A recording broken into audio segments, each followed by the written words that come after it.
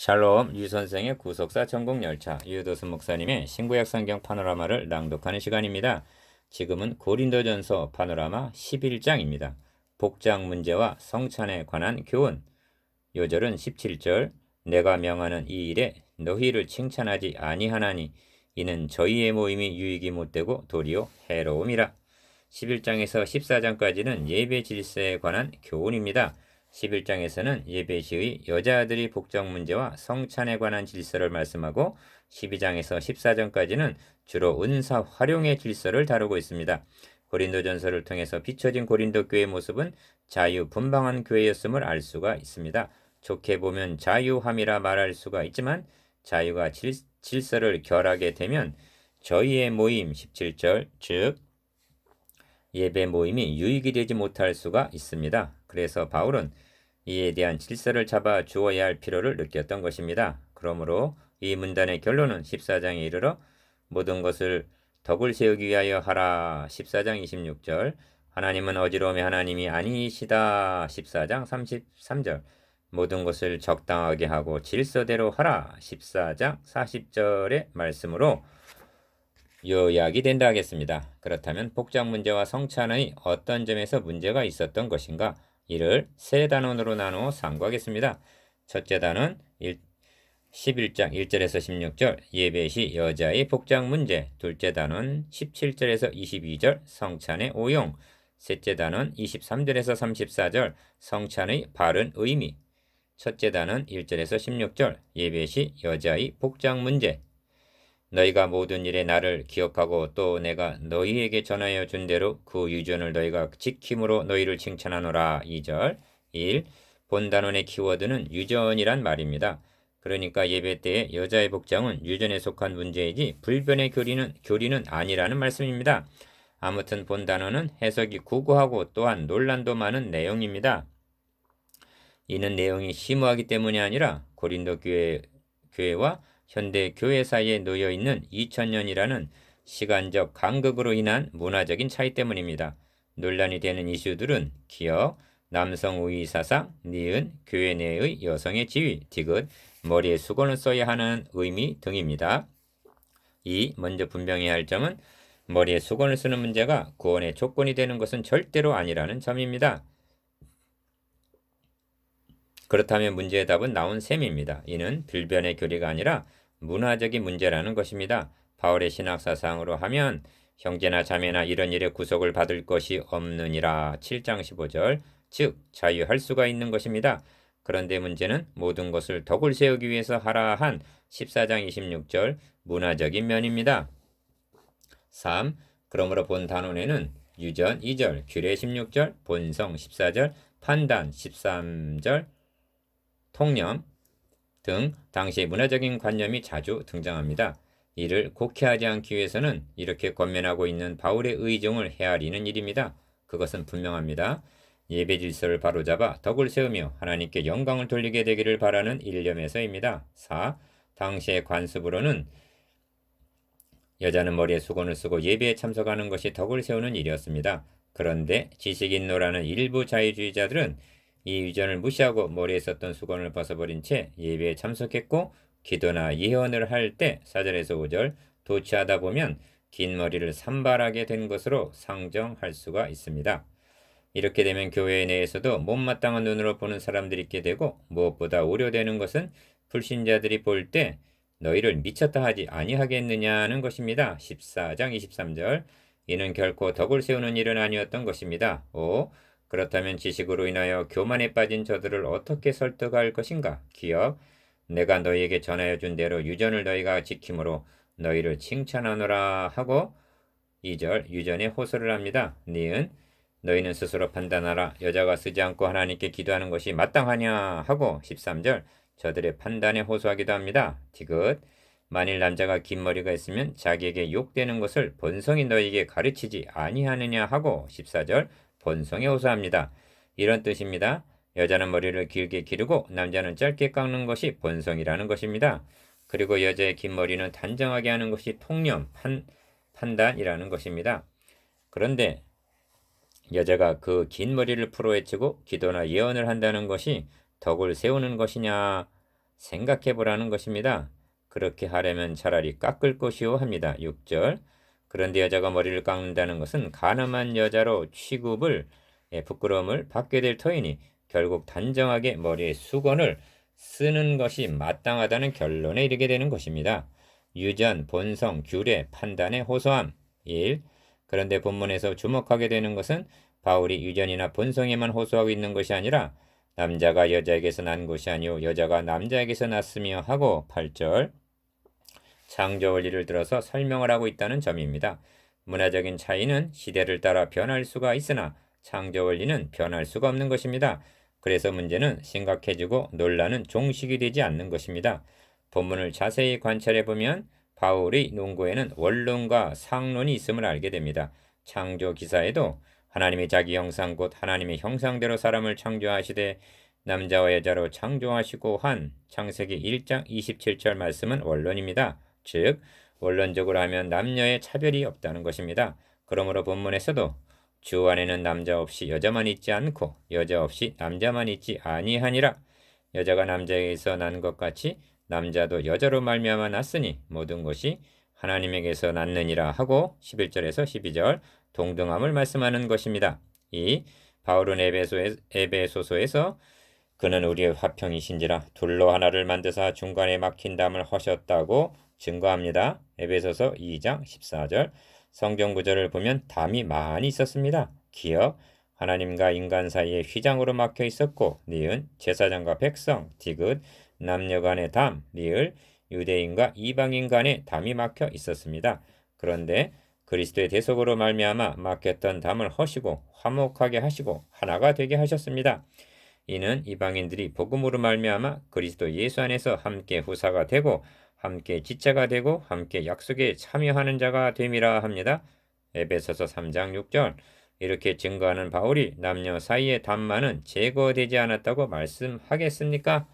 그러므로 본문에 보면 당시로는 혁명적으로 할 수 있는 남녀가 차별이 없이 함께 모여 기도나 예언을 하는 4절에서 5절 그러한 장면을 보게 됩니다. 이것이 원론입니다. 3. 그런데 창세기 2장에 등장하는 상론을 보면 남녀를 동시에 만드는 것이 아니라 남자에게서 여자를 만드는 것을 보게 됩니다. 왜 이렇게 하셨는가? 가정이란 공동체입니다. 이처럼 두 사람 이상의 공동체가 형성이 되면 질서를 유지하기 위한 머리, 즉 대표자를 필요로 하게 됩니다. 그래서 바울도 남자가 여자에게서 난 것이 아니요 여자가 남자에게서 났으며 하고 8절 질서를 잡아주는 것입니다. 4. 그러므로 본문에는 머리라는 말이 자주 등장합니다. 단순히 머리를 가리킬 때도 있으나 대표자의 의미로 사용되고 있습니다. 그런데 머리만으로는 의미가 없습니다. 머리와 몸이 결합이 될 때 비로소 존재 의미가 성립이 되는 것입니다.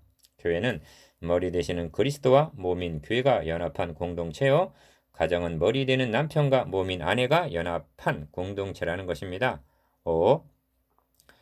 연합은 하나가 되었다는 뜻인데 그러나 하나 속에도 대표성은 있어야 하고 머리와 몸의 관계처럼 질서는 있어야 한다는 것입니다.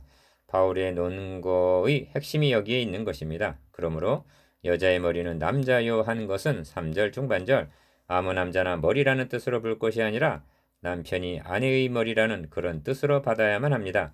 하나님은 남남을 이런 방도로 지으신 것이 아니라 아담의 아내를 이렇게 지어 주신 것입니다. 하나님은 남편과 아내의 연합을 통해서 그리스도와 교회의 연합의 신비를 에베소서 5장 31절에서 32절 계시하시기 위해서 이처럼 기이한 방법으로 아내 하와를 지으셨던 것입니다. 그렇다면 한 가정의 대표자를 누구로 보아야만 한단 말인가? 성경에 등장하는 대표 원리 1. 그러므로 바울이 그러나 나는 너희가 알기를 원하노니 각 남자의 머리는 그리스도요 여자의 머리는 남자요 그리스도의 머리는 하나님이시라 한 3절 말씀을 여자가 남자에게 종속된 것처럼 보게 되면 그리스도도 하나님께 종속된 것으로 말하는 아리우스의 주장이 되고 마는 것입니다. 주님은 하나님과 동등됨을 취할 것으로 여기지 아니하시고 오히려 자기를 비어 종의 형체를 가져 사람들과 같이 되어 죽기까지 복종하셨다고 말씀합니다. 빌립보서 2장 6절에서 7절 이는 본성적으로 열등해서가 아니라 하나님의 나라 건설을 위한 역할이 다르기 때문입니다. 이는 남녀의 역할에도 적용이 될 수가 있습니다. 2. 무릇 남자로서 머리에 무엇을 쓰고 기도나 예배를 하는 자는 그 머리를 욕되게 하는 것이요 합니다. 4절. 다시 말하면 머리 대신은 그리스도를 욕되게 하는 것이라는 뜻입니다. 왜냐하면 구원이란 상실했던 하나님의 형상을 회복했음을 뜻합니다. 그런데 다시 머리에 못을 써서 가리운다는 것은 그리스도 영광의 복음을 헛되게 하는, 즉 가리는 것이 된다는 논리입니다. 3. 그렇다면 남녀가 다 쓰지 말아야 하지 않는가? 어짜예요? 무릇 여자로서 머리에 쓴 것을 벗고 기도나 예언을 하는 자는 그 머리를 욕되게 하는 것이란 말인가? 5절 상반절. 여기서 말하는 머리는 그리스도를 가리키는 것이 아니라 남편을 염두에 두고 한 말씀입니다. 여자가 머리에 쓴 것을 벗는다는 것은 유부녀임을 부정하는, 남편이 없는 창녀임을 나타내는 것과 같다는 것입니다. 그래서 이는 머리 민 것과 다름이 없음이라 하는 것입니다. 5절 하반절. 4. 이상의 말씀으로 모든 논란이 해소되었다고는 생각하지 않습니다. 그러나 분명히 해두어야 할 점은 남편과 아내의 관계가 머리와 몸과 같다는 연합을 부정하게 되면 그리스도와 교회와의 관계를, 머리와 몸의 관계를 보고 있는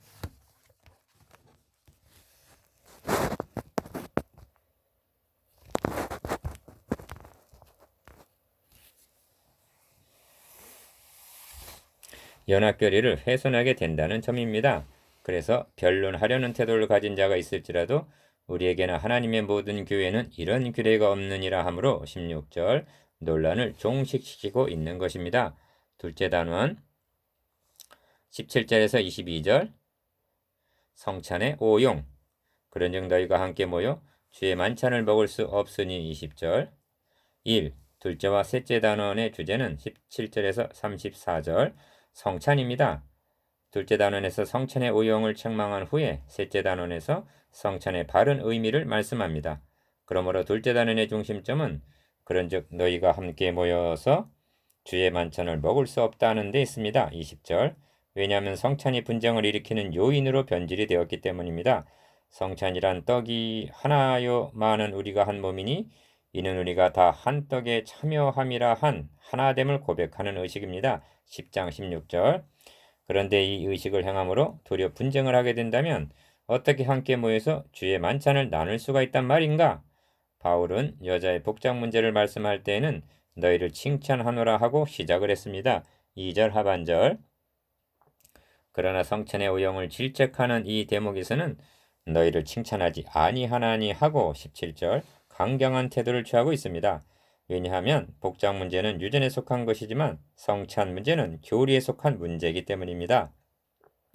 이 함께 모여서 주의 만찬을 먹을 수 없는 이유로 첫째는 너희가 교회에 모일 때 너희 중에 분쟁이 있다 함을 듣고 대강 민노니 하고 18절 분쟁을 들고 있습니다. 여기서 말씀하는 분쟁은 1장 12절의 분쟁들과는 다른 양상입니다.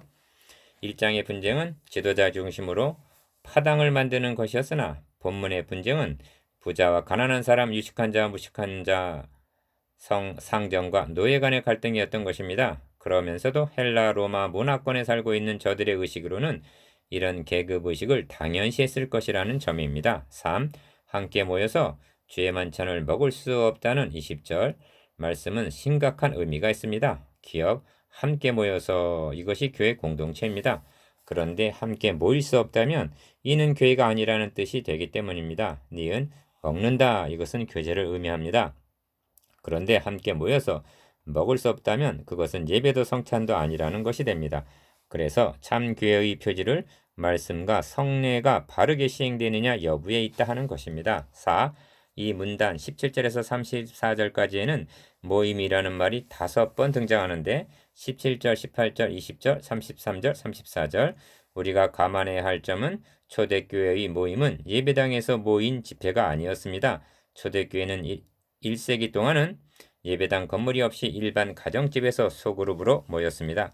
그러므로 성찬식도 오늘날과는 다른 양상으로 약식이 아니라 만찬 20절, 즉 저녁 식사와 같았으며 그 만찬을 각자가 준비해 왔음이 나타납니다.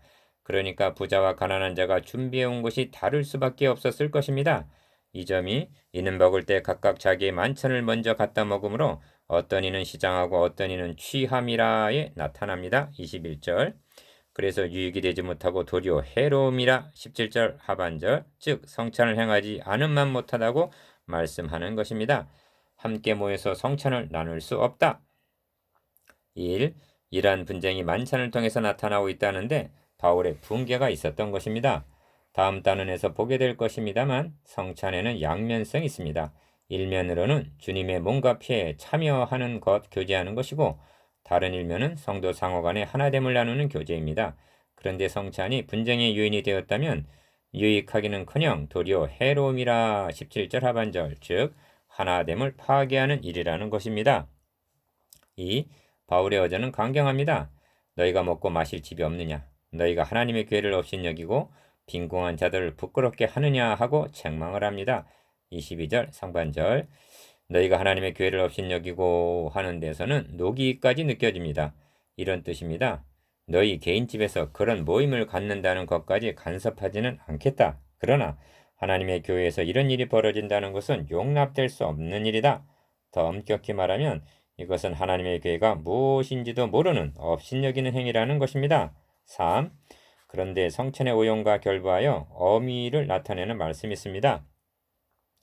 너희 중에 편당이 있어야 너희 중에 옳다 인정함을 받은 자들이 나타나게 되리라는 19절 말씀이 그것입니다.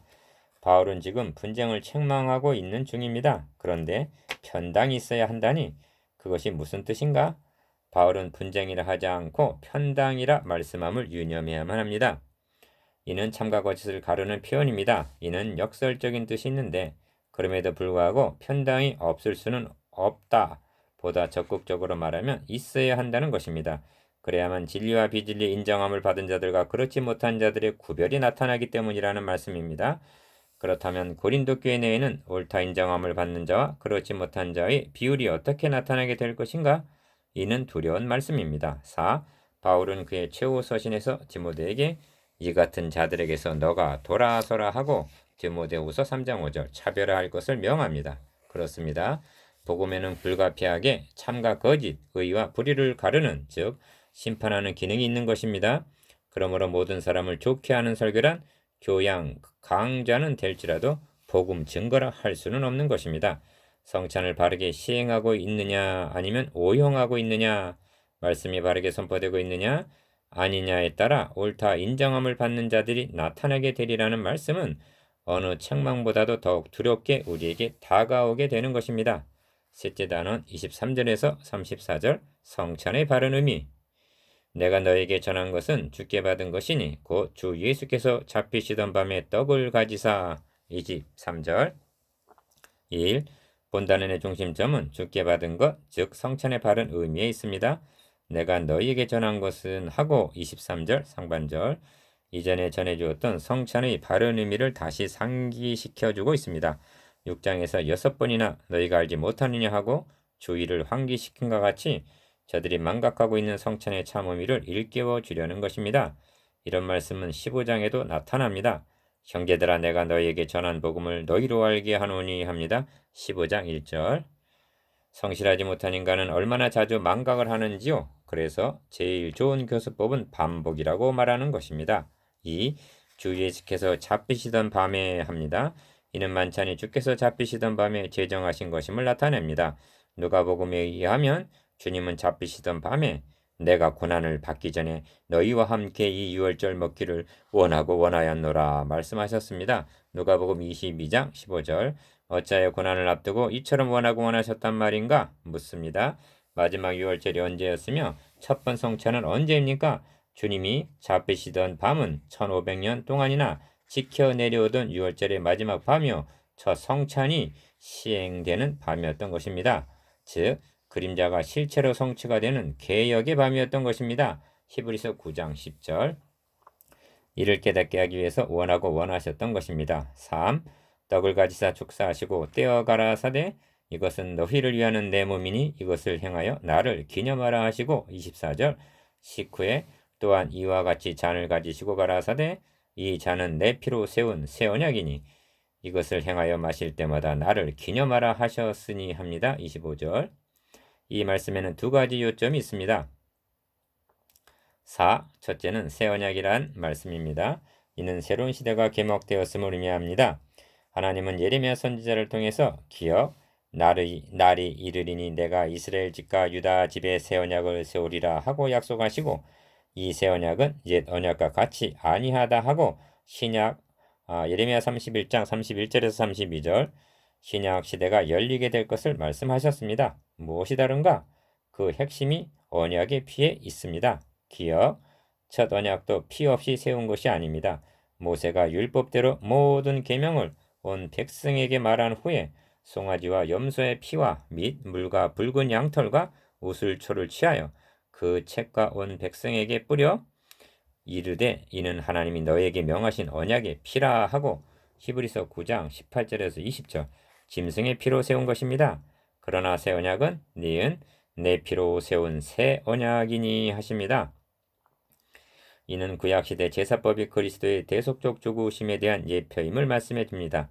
그러므로 성경은 말씀합니다. 새 언약이라 말씀하셨음에 첫 것은 낡아지게 하신 것이니 낡아지고 쇠하는 것은 없어져 가는 것이니라. 히브리서 8장 13절 옛 언약과 새 언약 1.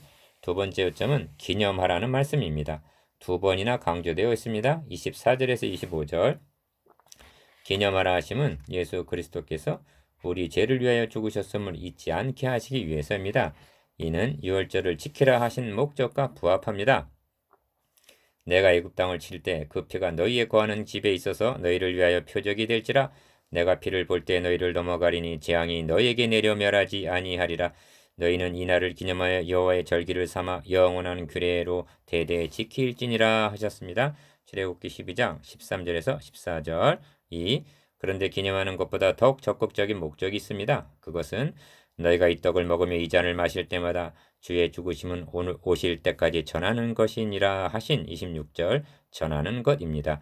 전하라 하심은 전도하라는 뜻이 아닙니다. 성찬 자체가 주의 죽으심을 전하는 의식이라는 말입니다. 다시 말하면 복음을 자녀들에게 계승시키라는 말씀입니다. 보십시오. 유월절도 이후에 너희 자녀가 묻기를 이 예식이 무슨 뜻이냐 하거든 너희는 이르기를 이는 여호와의 유월절이라 여호와께서 애굽 사람을 치실 때 애굽에 있는 이스라엘 자손의 집을 넘으사 우리의 집을 구원하셨느니라 하라고 명하셨습니다. 출애굽기 12장 26절에서 27절 초대교회 성도들은 주님의 오심을 보지 못하고 죽었습니다. 그런데 성찬을 통해서 주님의 죽으심과 다시 오신다는 약속을 자손들에게는 계승시켜 주었던 것입니다. 언제까지인가? 오실 때까지라고 말씀합니다. 옛 언약하에 있던 사람들은 유월절을 행하면서 실체가 오시기를 대망했으나 새 언약하에 있는 성도들은 성찬을 행하면서 재림을 대망한다는 말씀입니다. 현대교회는 이 명령대로 주의 죽으심을 계승시키고 있는가? 3. 무엇을 전하라 하시는가? 주의 죽으심입니다. 성찬의 핵심도 주의 죽으심을 전하는 것이요 설교의 핵심도 예수 그리스도와 그의 십자가에 못 박히신 것 외에는 아무것도 알지 아니하기로 작정하였다 한 대로 2장 2절 주의 죽으심을 전하는 것입니다. 여기에 사활이 달려있기 때문입니다. 설교가 말씀으로 선포하는 것이라면 성찬은 상징물로 전하는 것이 다를 뿐입니다. 바울이 전하는 그리스도는 어떤 그리스도인가? 우리는 십자가에 못 박힌 그리스도를 전하니 합니다. 1장 23절 그런데 현대교회가 전하는 그리스도는 어떤 분인가? 기사이적을 행하시는 분, 교훈을 하신 분, 떡 5덩어리로 5,000명을 먹이신 분을 전하고 있는 것은 아닌지요? 기념과 계승 1. 그러므로 누구든지 주의 떡이나 잔을 합당치 않게 먹고 마시는 자는 합니다. 27절 상반절 그렇다면 어떻게 하는 것이 합당치 않게 먹고 마시는 것인가? 이 점을 양심에 거리끼는 사람은 받지 마시오 하고 개인 윤리로 적용해 왔습니다. 그런데 27절은 그러므로 라는 접속사로 시작이 됩니다. 이는 이제까지의 말씀을 받는 접속사입니다. 이런 문맥으로 볼 때 합당치 않게 라는 뜻은 17절에서 22절까지 같이 행하는 것, 즉 초점이 개인 윤리보다는 교회 윤리에 맞춰져 있는 것입니다. 다시 강조하지만 성찬의 참 의미는 참여와 하나됨에 있습니다. 10장 16절에서 17절 주의 죽으심에 참여한 성도들은 한 덩어리 떡과 같음을 고백하는 의식입니다. 그런데 분쟁과 불목과 무관심과 자기 중심적으로 성찬을 행한다면 하나님의 교회를 업신여기는 22절 합당치 않게 먹고 마시는 것이란 말씀입니다. 뒤따르는 문맥은 그런즉 내 형제들아 먹으러 모일 때 서로 기다리라 합니다. 33절 이것이 사랑입니다. 왜냐하면 만찬을 먼저 갖다 먹음으로 어떤 이는 시장하고 어떤 이는 취하는 21절 일이 벌어졌기 때문입니다. 이것이 합당치 않게 먹고 마시는 것입니다. 이 주의 몸과 피를 범하는 죄가 있느니라 합니다. 27절 하반절 주의 몸과 피를 범하는 죄가 27절 무엇을 의미하는가? 이를 성찬의 떡이라 할 수는 없습니다. 그렇게 말한다면 화채설이 되고 말기 때문입니다. 그러므로 여기에는 두 면이 있다 하겠습니다. 첫째는 성찬의 바른 의미를 알고 받는가 여부입니다. 만일 모르고 받는다면 이는 분변치 못하고 받는 것이 됩니다. 29절 그러므로 성찬은 말씀과 함께 주어져야 한다는 것입니다. 주의 몸과 피를 범하는 죄란 성찬을 합당치 않게 행하여 주의 죽으심을 모독하는, 달리 표현하면 주님을 다시 십자가에 못 박는 것이나 다름이 없다는 뜻이 됩니다. 3. 둘째는 주의 몸을 교회로 볼 수가 있습니다. 왜냐하면 주님은 교회를 자신의 몸이라 말씀하시기 때문입니다. 이를 분별하지 못한다는 것은 주님께서 죽으심을 통하여 세우신 교회의 본질을 모른다는 것이 됩니다. 지금 고린도 형제들이 주의 몸을 분변치 못하는 잘못을 범하고 있다는 말씀입니다. 그렇게 먹고 마신다면 유익이 못되고 도리어 해로움이라 17절 하반절, 즉 은혜를 잊기는커녕 오히려 자기죄를 먹고 마시는 결과를 낳게 된다는 것입니다. 4. 이 점을 8장에서는 그러면 너의 지식으로 그 약한 자가 멸망하나니 그는 그리스도께서 위하여 죽으신 형제라. 이같이 너희가 형제에게 죄를 지어 그 약한 양심을 상하게 하는 것이 곧 그리스도에게 죄를 짓는 것이니라 하고 말씀합니다. 8장 11절에서 12절 이를 요약을 한다면 누구든지 주의 떡이나 잔을 합당치 않게 먹고 마시는 자는 두 방면의 교제, 즉 주님과의 교제와 성도 상호 간의 교제를 훼손한다는 뜻이 됩니다. 주의 몸을 범하는 죄 1. 이러므로 너희 중에 약한 자와 병든 자가 많고 잠자는 자도 적지 아니하니 합니다. 30절 이는 그러나 저희 중 다수를 하나님이 기뻐하지 아니하신 고로 저희가 광야에서 멸망을 받았느니라 한 10장 5절을 연상케 하는 말씀입니다.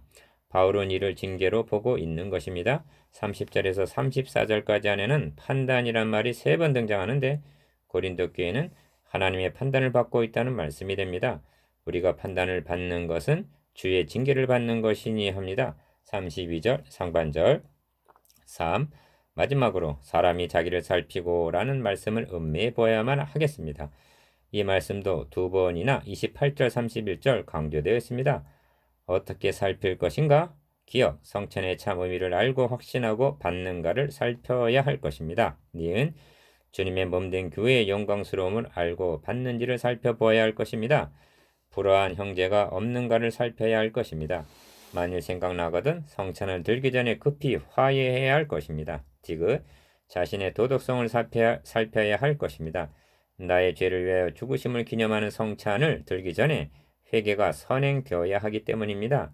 그러면 성찬을 받는 나에게 주님은 다시는 죄를 범치 말라 말씀하실 것입니다. 4. 문제는 고린도 형제들이 아니라 이 말씀을 상고하는 우리들입니다.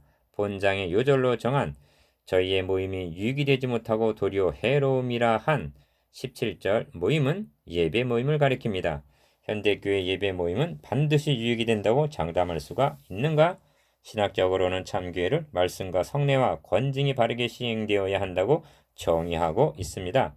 교회의 기둥과 같은 디모데전서 3장 15절 이 3가지 요소가 어느 하나 합당하게 시행되고 있다고 장담할 수는 없는 것이 현실입니다. 말씀은 심히 혼잡되어 있습니다. 고린도후서 2장 17절 성찬과 결부하여 연상되는 장면이 있는데 구약성경의 마지막 책에 나오는 장면입니다. 말라기 선지자 당시에 이르러서는 제사제도를 이 일이 얼마나 범패스러운고 하며 코웃음하면서 말라기 1장 13절 더러운 떡, 눈먼 것, 병든 것으로 마하지 못해 드렸다고 말씀합니다. 그 제물이 무엇에 대한 그림자인가를 분별치 못했기 때문입니다. 오늘날도 성찬을 범패스러운 것으로 여기고 있는 것은 아닌가? 그리하여 1년에 한두 번 정도 마지못해 시행하고 있는 것은 아닌지 이는 주의 몸을 분변치 못하기 때문이라고 29절 때문이라고 밖에는 변명의 여지가 없는 것입니다. 그리고 권징은 말도 꺼내지 못할 정도라 해도 과언이 아닙니다. 4. 이제 묵상해 봅시다. 기억.